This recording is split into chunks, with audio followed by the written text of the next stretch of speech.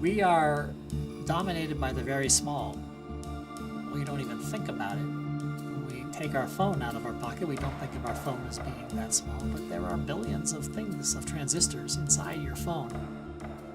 We're used to high-tech, always moving smaller, smaller, smaller, but we're running up against some limits, and those limits are that as things get smaller and smaller, the physics that controls how things act, the underlying science, instead of being the old school physics, which is called classical physics, which you can think of as like pool balls rattling around on a table and clacking into each other. As you get very, very small, instead of acting like these little balls, they act more and more like waves. And the underlying physics is not called classical physics, it's now called quantum physics. Where things start getting complicated and harder to understand is when you have collections of atoms or collections of electrons bouncing off each other, passing through each other, on their way through our tiny little transistors to turn on and off the ones and zeros on our tiny computers.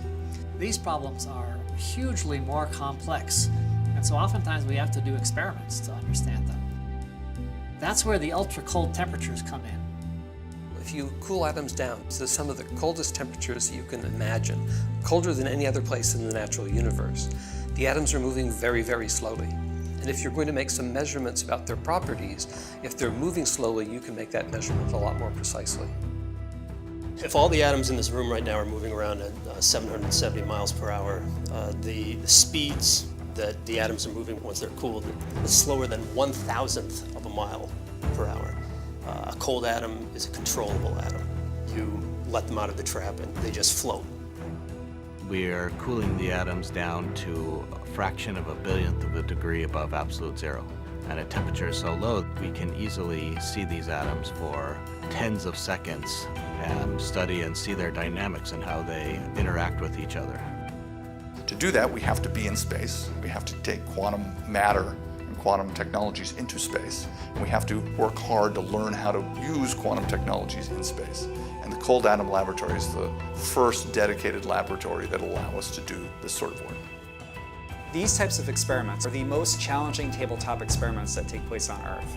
So to take this up to the space station is a whole new level where we'll have to operate remotely and have a robust working instrument. The Cold Atom Lab will also allow us to free those type of experiments from the constraints of gravity that plague researchers on the ground. Gravity always drags atoms to the bottom of the traps that we use, and in the Cold Atom Lab, we don't have that problem.